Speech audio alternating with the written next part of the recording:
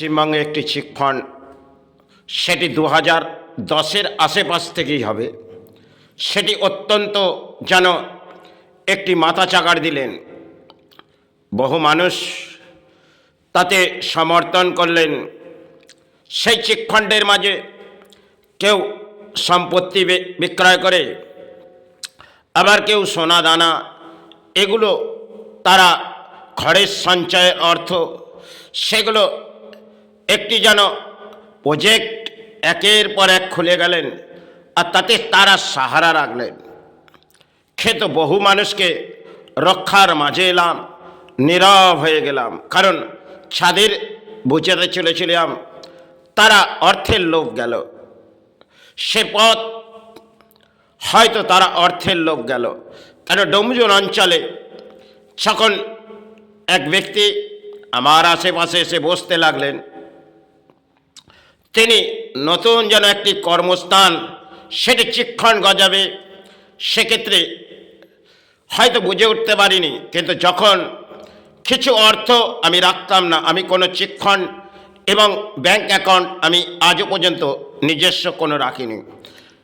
কিন্তু সমাজের যে পরিস্থিতি দেখে আমি সে সময় ক্ষেত্রে এই চিটফান্ড সেটা ব্যাখ্যা করেছিলাম, কারণ সেটি একটি মিডিয়া, সে চ্যানেলেও আমি বারংবার তারাও কিছু এই চিটফান্ড নিয়ে ব্যাখ্যা দিচ্ছিলেন বটে, কিন্তু আমি নীরব হয়ে গেলাম, কারণ শিক্ষা সমাজ নয়।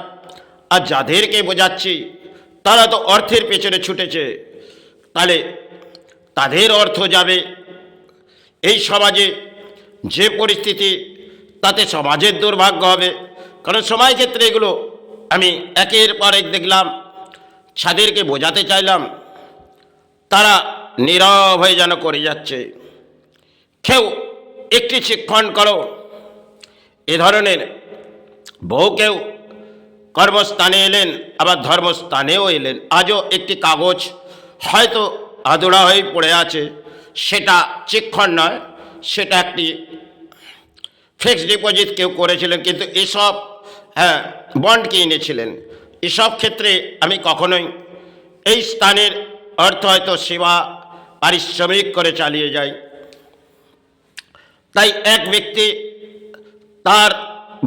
তার জায়গার মাঝে কর্মস্থান, তখন তাকে ভাবলাম রক্ষা করতে হবে। বহু মানুষকে রক্ষার মাঝে এলাম, কিন্তু তারা যে পথটি হাঁটছে সেটা তো গ্রহণ করবেন না, কারণ সেটা অর্থের মাঝে যাচ্ছে। আর অর্থ যেন অতি সঞ্চয় ঘরের অত্যন্ত তাড়াতাড়ি আপনাদের ব্যবস্থা হয়ে যাবে। যারা বুঝিয়ে যাচ্ছেন 1 বছরের মধ্যে আপনার দুগুনা, আপনি 1 লাখ দিলেন, 1,20,000, তাহলে সেক্ষেত্রে আপনি পাচ্ছেন 2 লাখ। তাহলে আপনি প্রথম একটি পার্ট দিলেন, তাতে রাখলেন 10,000। একের পর এক অঙ্কের মাঝে যদি আসি, তাহলে তারা কোন ভুল পথে গেছে। কারণ যদি একটি প্রিমিয়াম আমি দিলাম, তার অঙ্কে পেলাম হয়তো, যদি ব্যাংক মারফত রাখি তাতে 500, তারপরেরটা হয়তো 400, এই ধরনের আসবে। তো তাহলে তারা এই বোধশক্তি হারিয়ে ফেললেন, কারণ যারা শিক্ষিত তারা এই অর্থের পেছনে ছুটলেন। কারণ এক চিটফান্ডের মালিক, তিনি ডোমজুর অঞ্চলের, তিনি যারা কোথা থেকে একটা সাহারা গড়ে নিয়ে এসছে, একটি ক্যালেন্ডার, বড় কিছু আবির্ভাব লেখা আছে, একটি যেন প্রজেক্ট তার মধ্যে রাখা আছে। কোথায় গুয়াহাটি স্কুল, কোথায় ইস্পাত কারখানা, বহু কিছু যেন এর মধ্যে আবির্ভাব আছে। তাকে ব্যাখ্যা করলাম সে গুয়াহাটির মধ্যে কোথায় আপনার এই স্কুল, তিনি জবান খুলতে পারলেন না। আর সেক্ষেত্রে এক বৃদ্ধ লোক, তাকে তার কিছু সঞ্চয়ের অর্থ ছিলেন, তাকে নিরুপায় করে বললেন, যখন চিটফান্ডের অর্থ তিনি সমাজ থেকে গ্রহণ করে নিলেন, তখন তিনি তার একটি জায়গা আছে যেটা বার, সেটাও বিক্রয় করে তিনি সরে পড়বেন, কারণ বহু মানুষের অর্থ লুটেছেন। আর সেক্ষেত্রে যখন আমি লড়াইটা প্রথম থেকে চালাচ্ছিলাম, হয়তো এই স্থানেরও কিছুর অর্থ তিনি রেখে দিয়েছিলেন, কারণ সেটা আমি ইন্টারেস্ট হিসেবে না, তিনি ভুল পথেই গেলেন, তখন আমি ফিরিয়ে নিয়ে এসেছিলাম। কিন্তু তাকে বোঝানোর সত্ত্বেও তিনি কিন্তু হেরে গেলেন, কারণ 32 লাখ শেষ সময় ক্ষেত্রে তিনি তাকে যারা দান দিয়ে দিলেন। তিনি এমন কিছু শিক্ষা অর্জন করেনি, সে শিক্ষণটি খুলেছে, তে এক রাজনীতির সময় করেছে, সেই রাজনীতি থেকে হয়তো যখন ভেঙে পড়লেন, তখন জমি এবং এসব কিছুর কাজ করেছিলেন। তখন একটি শিক্ষণ কিভাবে তিনি আবির্ভাব করলেন, কারণ এই সময় ক্ষেত্রে আজ হয়তো বলা যায় না, কিন্তু যেগুলো আজকে বাংলার মাঝে কোটি কোটি টাকা এই শিক্ষণের মাঝে আওতায় চলে গেছে, বিভিন্ন কোম্পানি যেন আজকে বাংলার মাছ থেকে সরে গেছে, আর অর্থ যেন বাংলার মাছ থেকে সরে গেছে। ছাদের ঘরে কিছু সঞ্চয়ের অর্থ ছিল, সেগুলো বাংলার মাছ থেকে বেরিয়ে গেছে, কারণ তাদের চোখের জল গড়িয়ে গেছে। 2013 এই 15-16 আশপাশে মানে সারদা কেলেঙ্কারি যখনই ফুটে এলো, তখন একের পর এক শিক্ষণ তিনি দরজা বন্ধ করে দিলেন এই বাংলার, কারণ এর মধ্যে উপর থেকে নিচে অবধি সব যেন সমর্থনের মাঝে আছে।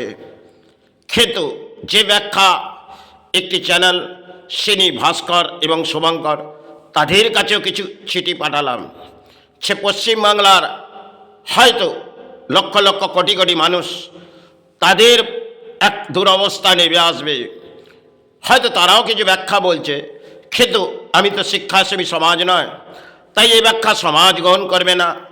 কিন্তু এটা আত্মবিত্তের মাঝে লেগেছিল, সমাজকে বুঝিয়েছিলাম, আর সমাজের মানুষ ঢল নামলেন, এই শিক্ষণের মাঝে অর্থ রাখতে হবে। সেক্ষেত্রে বহু লক্ষ লক্ষ কোটি মানুষের অর্থের সঞ্চয়, সেটা বিলিং হলে আর তো ফিরে এলেন না। হয়তো সময় ক্ষেত্রে ব্যাখ্যা হলো, সে কিছু অর্থ রাজ্যের মাঝে মানুষকে দান দেওয়া হবে আর মানুষ ফিরে পাবে, কিন্তু কোথায় সে সমস্ত অর্থ কোন ভাড়ারে গেল, কোথায় গেল? আর যারা যারা ছোট ছোট শিক্ষণ গজিয়ে উঠলে, সেগুলো একটি নামকরণ করে ফেললেন বাংলার মাঝে, তারা সে ধরনের কাজগুলো এই সমাজে করেছে, এতে দুরবস্থা সমাজের অর্থ লুটেছে। তাই এতে করে মানে এই দেশের পরিস্থিতি আর এই রাজ্যের পরিস্থিতি আজ কোথায় আসছে। একটা সময় শিক্ষণ, কারণ শিক্ষণের আওতায় কোটি কোটি টাকা চলে গেল এই বাংলার, আর কোথায় গেল, কোন সমুদ্রের মাঝে তলিয়ে গেল, তা হয়তো বাংলা খুঁজে পেলেন না, আর কোন গঙ্গার মাঝে ডুবে পড়লেন, তা হয়তো এই দেশের রানী আর রাজ্যে যারা ছিলেন তারা মনে হয় সমর্থনের মাঝেই ছিলেন, আর নীরব হয়ে গেলেন। কারণ এই শিক্ষণ যারা করেছেন তারা চোখের জল ভাসিয়ে দিয়েছেন। কারণ এমনও কিছু প্রাণীকে বোঝানো হয়েছে, যখন তিনি অর্থ দিতে পারছে না, আপনি আপনার দেহ ত্যাগ করুন। বাহ, অসাধারণ ব্যাখ্যা তারা করেছেন। আর দেশের রাজ্যের নেতাগুলো, তাদেরকে অংশের ভাগ হয়তো তারা পেয়েছে, কারণ সে সমস্ত তারা কাজগুলো করেছে, সেগুলোই বাংলার মাঝে আজ বাংলায় জেগে উঠেছে আর এক কিছু। কারণ একের পর এক দুর্নীতি এই বাংলার, সেটা এই ধর্ম থেকে মেনে নেওয়া যায় না। তাই আমি কোনো রাজনীতি আজও জীবনে করিনি, আর করতেও চাই না। জীবনে যতক্ষণ বেঁচে আছি মাতৃচরণ আর গুরুচরণ।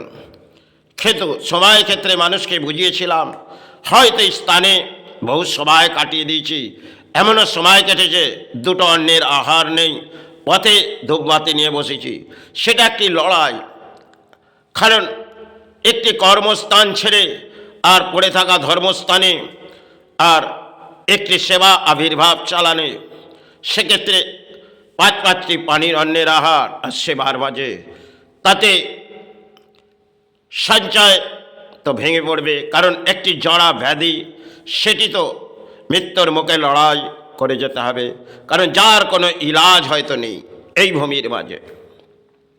কারণ যেটি একটি ভুল, আর সেটি হয়তো জীবনের একটি রোগ ব্যাধি, সেটি তাকে সমর্থন করে ঈশ্বরের চরণে চলে যেতে হবে।